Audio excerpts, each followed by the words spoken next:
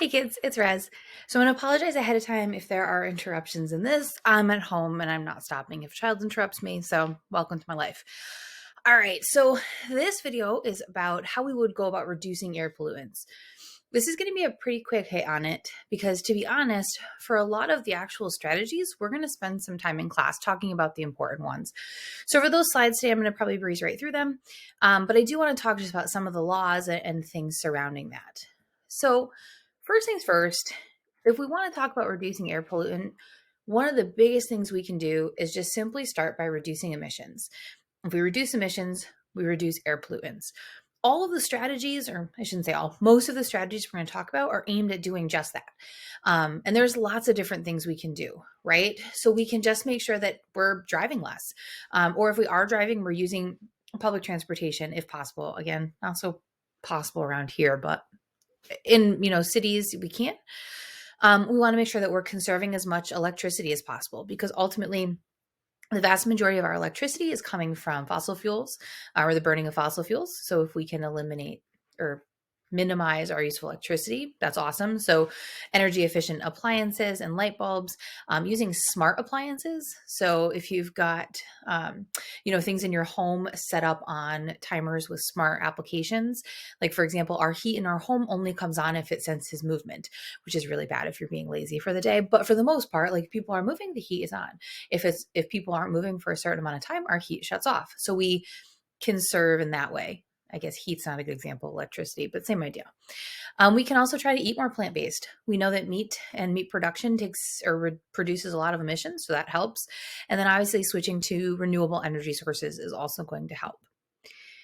Now, those are our big things, right? And over time, we've had a lot of laws and regulations that have looked at how we can clean up our air and reduce emissions. So the Clean Air Act was the first one. And that was what we started with by looking at those 6 key criteria. And the EPA set acceptable levels for those air pollutants. This allowed them to monitor emissions from power plants, factories, and other facilities.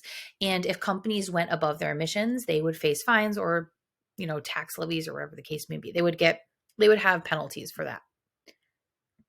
We also set something called, I don't know how you say, I've always said CAFE and now I'm looking at it and it's probably CAF, but whatever, CAFE vehicle standards. So corporate average fuel economy standards. So basically any US fleet of vehicles have to have certain average fuel requirements. So if you buy a vehicle, in the country, it has to hit these criteria. So the goal was to get vehicle manufacturers to work to make more efficient vehicles because they couldn't sell their vehicles if they didn't hit certain benchmarks. It worked. Ours are pretty good. They could be better, but they're getting there.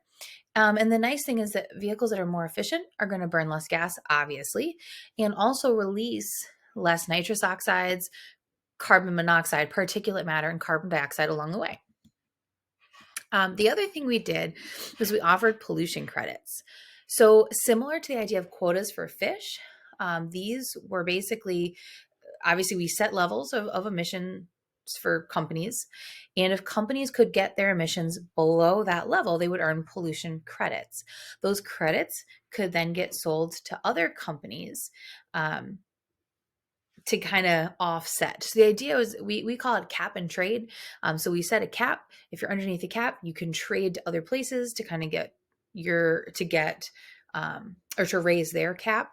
And the idea was that it wasn't actually, we were setting acceptable levels. And if people are getting below it, great. Pros and cons to this, as you're going to see in class as we talk a little bit. But for the most part, we've had pretty big success. This is a really big reason why we were super successful at minimizing the effects of acid rain. So in terms of vehicles, again, like I said, we're going to go through a lot of this in class. And to be honest, I am not a car person, but we have vapor recovery nozzles. So when you're actually putting gas into your car, the idea is it's going to reduce the amount of VOCs that can get out and the amount of benzene, which is that carcinogen that gets released. We've got catalytic converters. Those are basically minimizing the amount of nitrous oxides, carbon monoxides that come out of your car. And it works because there are certain metals that kind of chemically bond with those. So they're in that catalytic converter and they will bond with those things so they don't get released from your car. Platinum and palladium, though, are worth a lot of money. So that's why they tend to get stolen a lot lately. But anyways, That's another aside.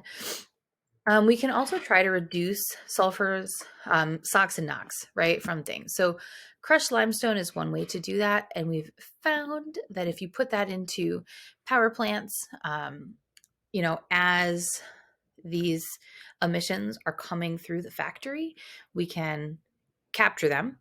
And it'll actually combine with it to form something called calcium sulfate.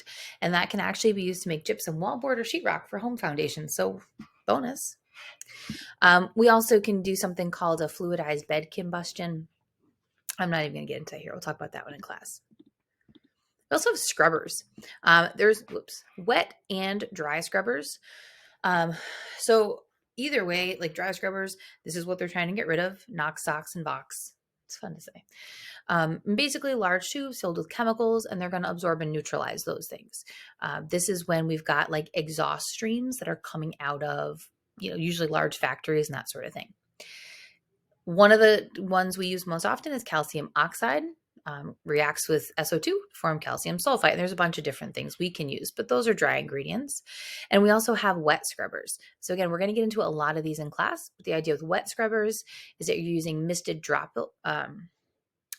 droplets with pollutants and particle stuff. They're kind of getting trapped in the water, and they're falling down, and then we can kind of collect the sludge and process it that way. Okay. We also have goals of reducing particulate matter. So we've got electrostatic precipitators. Struggling tonight. And basically, these are using charged plates and ionization to kind of attract particles so that they don't move out. We also have something called a baghouse filter, which is kind of just like what you'd think of as a filter. It's going to physically stop things from moving through it. You see these in like your vacuums or the air filters in your home, that kind of thing. All right. And there's a few other ones, like I mentioned. We're going to talk about this in class, but mainly this was about focusing more on the laws and that sort of thing. And to be honest, all of this stuff, which I've kind of been saying along, probably should have said this earlier. Sorry, but you don't need to write all this stuff down. We're going to do it in class. All right. And I'll see you then. Happy note taking.